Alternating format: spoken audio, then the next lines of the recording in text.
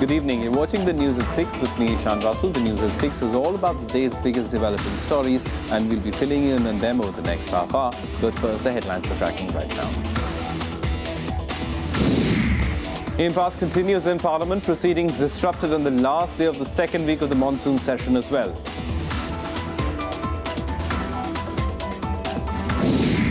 The government calls for an all-party meeting on Monday. Congress party says it won't attend if it gets no concrete proposal in response to its demands. After a stateless existence for 68 years, thousands of residents look forward to a landmark exchange of 162 enclaves between India and Bangladesh. Islamic State militants kidnapped 4 Indians in Libya. No demands yet. The government says it's in regular touch with the families of the victims. And Cyclone Komen and heavy rains trigger flood-like situation in many parts of the country.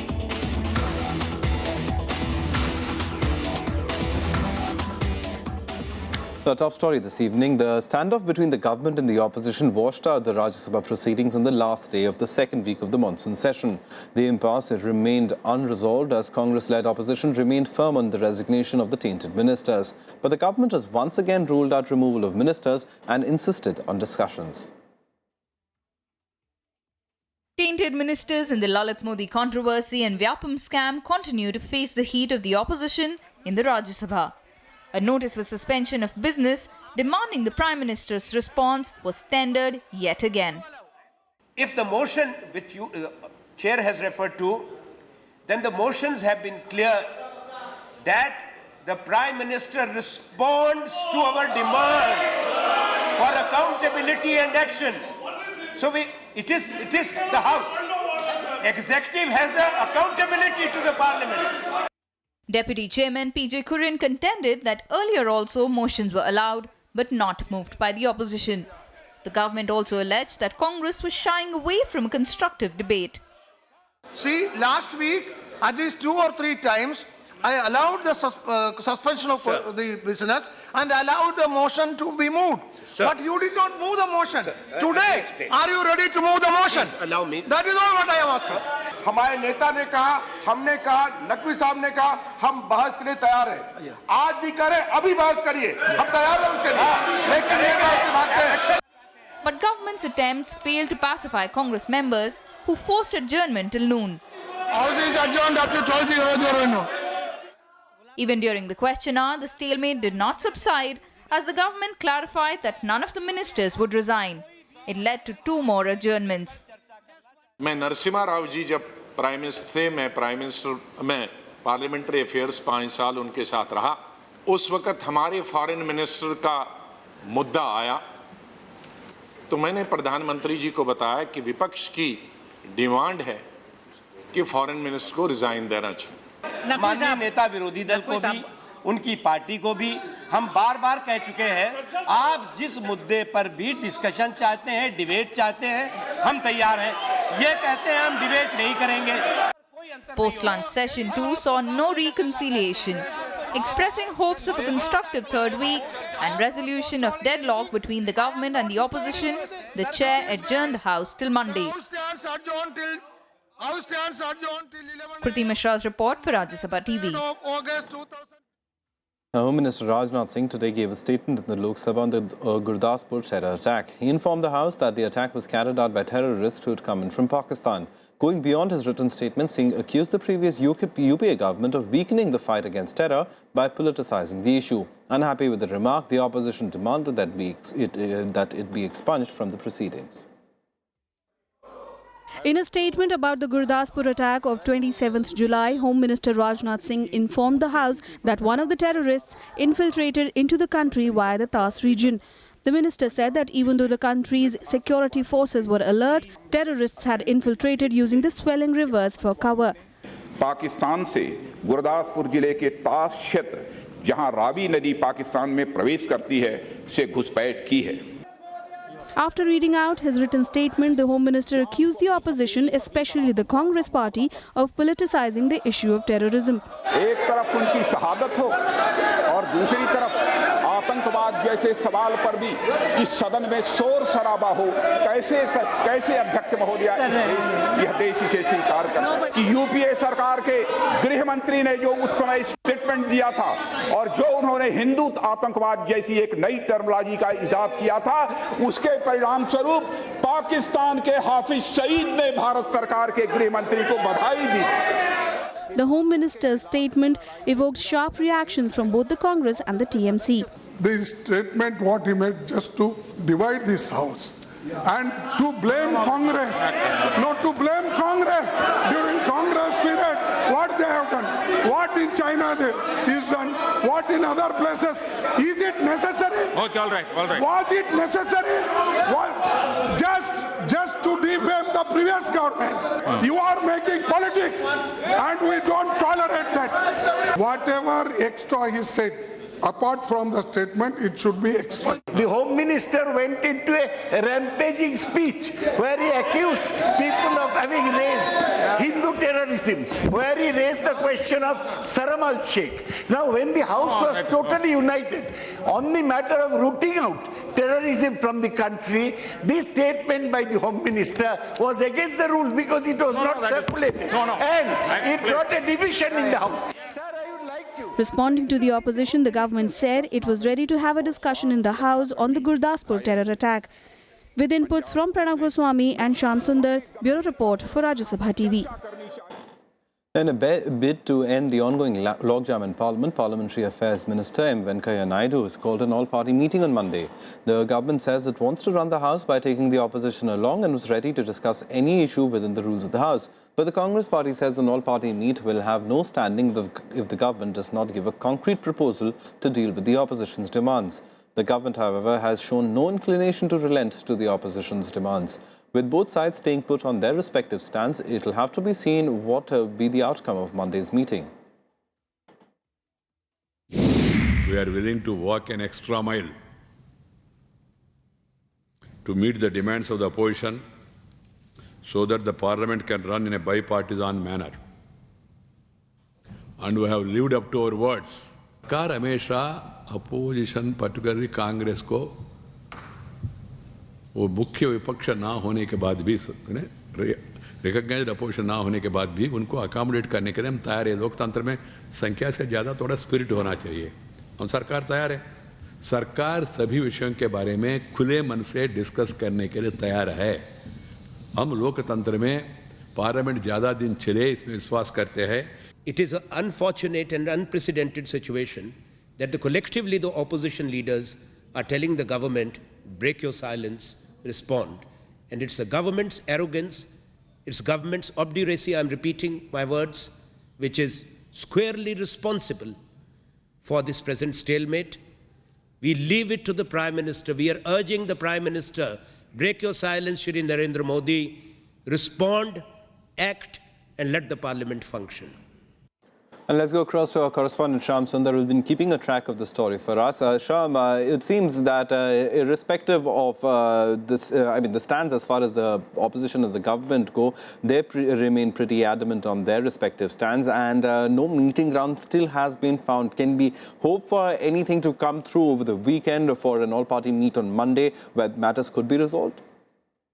Well, of course, both the sides are adamant on their stands. That's why the whole week was washed out in both the houses, Lok Sabha and Rajya Sabha. And on today, in fact, on Friday in the morning, 10 o'clock, Venkaiah Naidu, Parliamentary Affairs Minister, he tried to have a all-party meeting, but Congress was not inclined to attend this meeting, and Congress informed the Parliamentary Affairs Minister that they are having their own party meeting, so they would not be able to attend this meeting. But it is very, very clear from Congress side that they are not inclined to join any all-party meeting, because they say that if government has nothing to offer to the opposition and government is not ready to even ask Prime Minister Minister to give a statement on the issue of Vyapam and Lalit Gate. So then there is no point of going to that meeting. And if that is the stand of Congress, I don't think that meeting on Monday would be very fruitful. Though Venkaiah Naidu in a press conference, he told media that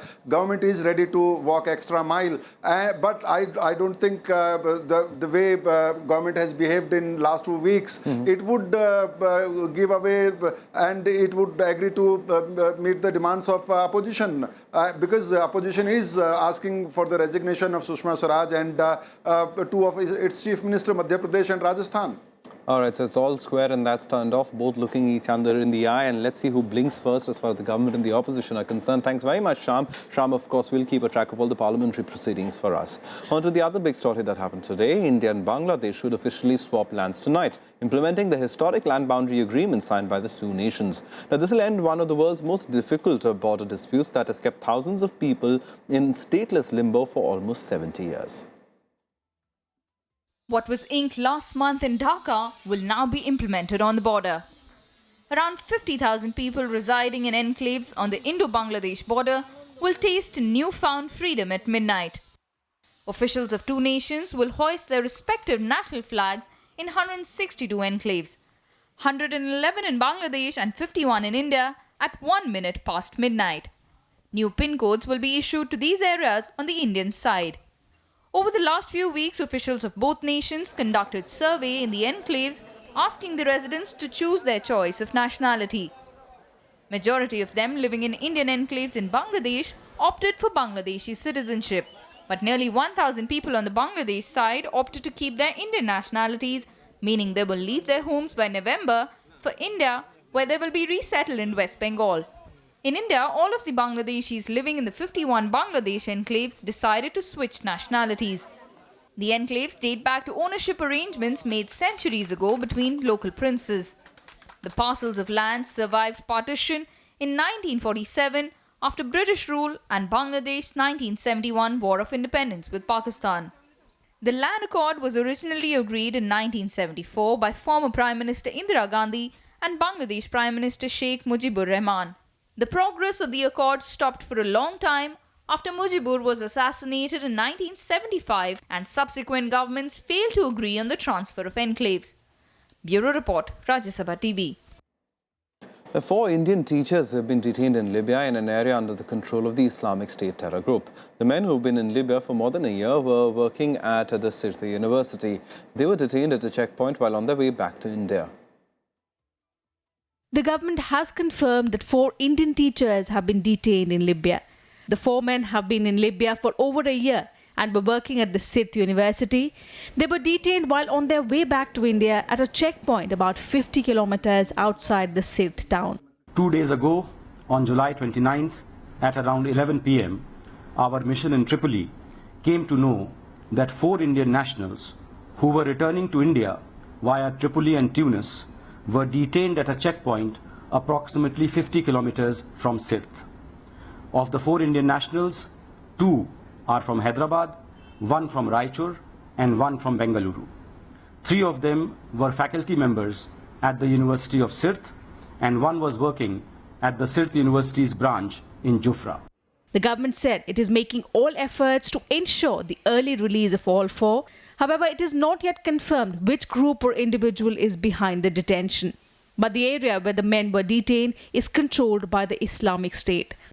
The Ministry of External Affairs, through its head of mission in Tripoli, is ascertaining the details regarding the incident. According to information available through our sources, all the 4 Indian nationals have been brought back to Sirte. We are in regular touch with the families concerned and all efforts are being made to ensure the well-being and early release of our 4 Indian nationals.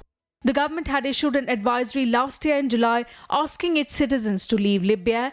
The fact that the 4 Indians ignored that warning. This incident comes even as 39 Indian construction workers remain missing in Iraq. Bureau Report, Rajya Sabha TV. And news is just coming in that 2 of the 4 detained Indians have been brought back safely to the University of Sirte. The Ministry of External Affairs adds that it will continue efforts for the release of the remaining 2. We'll bring you more details on that story a little later. On that note, we'll take a very quick break. Coming up on the other side, our focus story with a special guest. We'll talk about gold prices that are at over a 5-year low in the United States, and the slump is likely to continue further against a stronger dollar. More on that on the other side.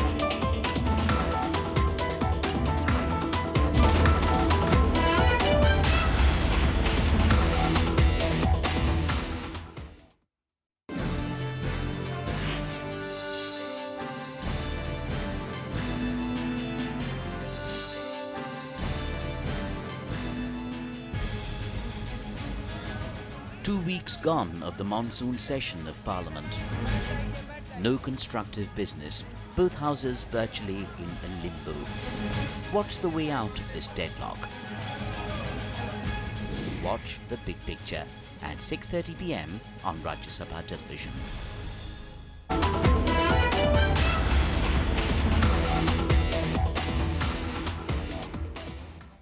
Welcome back. Now, gold prices continue to slip further globally. In the US, the bullion was further down against a stronger dollar. Spot gold was trading down around 0.6% at $1,085, approaching again the 5-year low it reached on Friday. The ICE dollar index, which tracks the dollar against a basket of foreign currencies, rose marginally on Thursday. The value of gold and dollar generally move in opposite directions. If the currency value goes up, the metal will become more expensive for the investors. In India, the price of gold has already seen a 5-year low this month. It could slip further in the case of a rate hike by the US Federal Reserve later this year. And for the last 1 month, world gold demand hit a 6-year low in April-June quarter on a weak response from China and the US. But in India, trade watchers say the fall will actually boost gold prices. Despite the summer months being a traditional quiet period, Indians are sensing a buying opportunity. A 12-year bull run that peaked in 2011 is coming to an end. World demand for gold nosedived 14% during April to June 2015 at 858 tons compared to 1,000 tons last year. Gold demand in the April to June 2015 quarter declined 15% from the previous quarter. Retail investment from China fell by a quarter and jewellery demand by 23% in the April to June period. All the demand for jewellery in India increased 2.5% to 158 tons in the same period. 81% of the people said they are very, very confident about the long term of gold, and they see these prices are very attractive. These prices are much below April 2013, so obviously it stays the same way. Given the special affinity Indians have for the yellow metal, the government is trying to monetize the stockpile lying with Indian households. But its efforts to provide tax-free interest on depositing gold with banks is facing stumbling blocks. They will have to revisit the gold monetization scheme. That is what these people are submitting a memorandum to our committee. We will come out with a standalone report on the gold monetization scheme.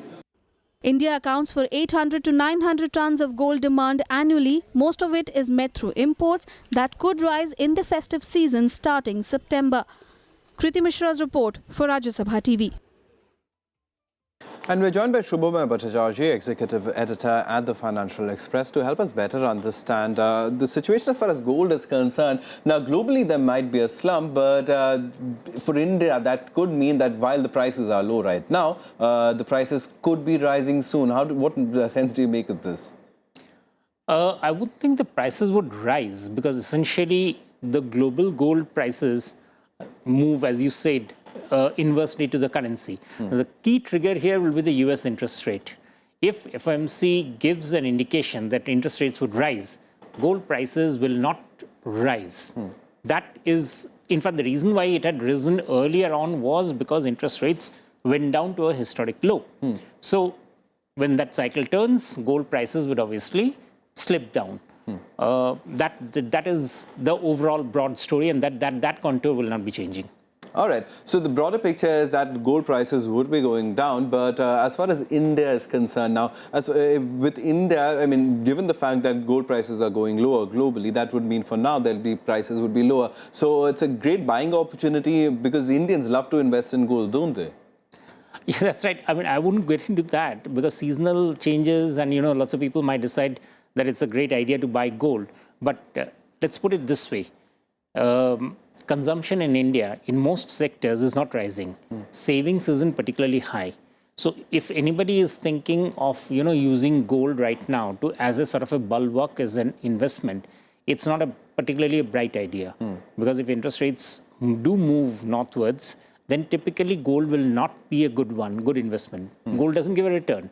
There's no return on it. It's simply a hedge against rising prices, inflation. If inflation is low, if interest rates are not particularly conducive, then there's no particular reason to hold on to gold. Consumption purposes, yes, the fact that it's a good gift, it's a reason why Indians hold gold.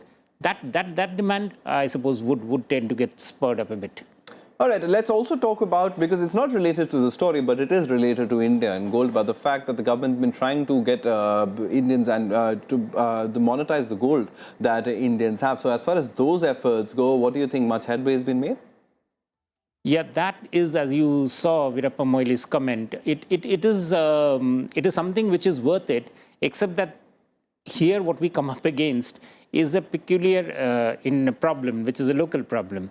People are willing to use gold as something against which they could take money, ETF or something. But the point is, no one wants to melt gold.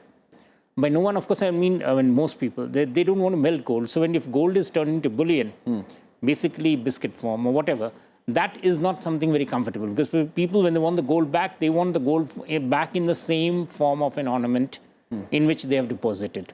So that is, whereas if it has to be kept that way, then gold monetization, frankly, is a difficult process, because banks can't sort of, that is a process which has got its limitations. So that is where the principal problem is coming along.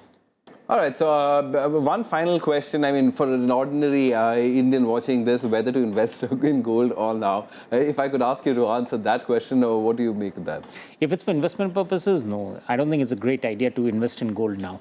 If it's for buying for the sake of meeting consumption needs, to give a gift, I mean, that's fair enough. But when the world gold prices, typically what you said right now, all the indicators are showing that they'll be softening up. So despite some periodic bouts of rising, it's not the greatest of investment opportunity. All right, Shubhamoy, we'll leave it over there. But thank you very much for coming in and helping us understand gold prices and how it relates to us. Thanks you so much for that. Well, moving on now, heavy rains have triggered a flood-like situation in various parts of the country. While coastal states of Odisha and West Bengal are battling floods due to cyclone Komin, Rajasthan is grappling with excess seasonal rains. Lack of preparedness of the civic authorities has only added to the problems of the ordinary people. The flood situation in West Bengal and Odisha turned grim on Friday, with heavy rains caused by cyclone Komin affecting many districts and displacing lakhs of people. Odisha is battling floods in Jajpur, Mayurbhanj, Keonjhar, Bhadrak and Balasore districts. 3 people have died, while more than 4 lakh people have been displaced. The state government has now issued a fresh flood alert. So we have predicted rainfall will be at many places with the heavy to very heavy rainfall for coastal districts and adjoining Mayurbhanj districts. But after 24 hours, the rainfall amount would increase. In West Bengal, flood alert was issued in East Midnapur, North and South 24 Parganas, Hooghly, Howrah, Birbhum and Bardwan. Close to 26,000 people from 7 districts were moved to relief camps. घर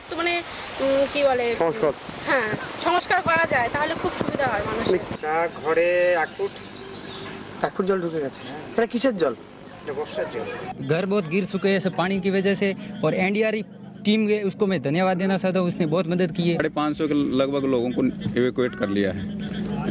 इसके अलावा कुछ मवेशियों को भी निकाला है। Meanwhile, in Rajasthan, life is limping back to normal. Residents of Jalore, Sirohi and Nagaur districts grappled with floods in the past week. Thousands of people had to be evacuated from their homes. The Met Department has predicted cloudy weather in the entire state over the weekend, with the possibility of moderate to heavy rains. Bureau Report, Rajya Sabha TV. The Malaysian officials have confirmed that part of the plane debris found in the Indian Ocean is that of a Boeing 777 aircraft.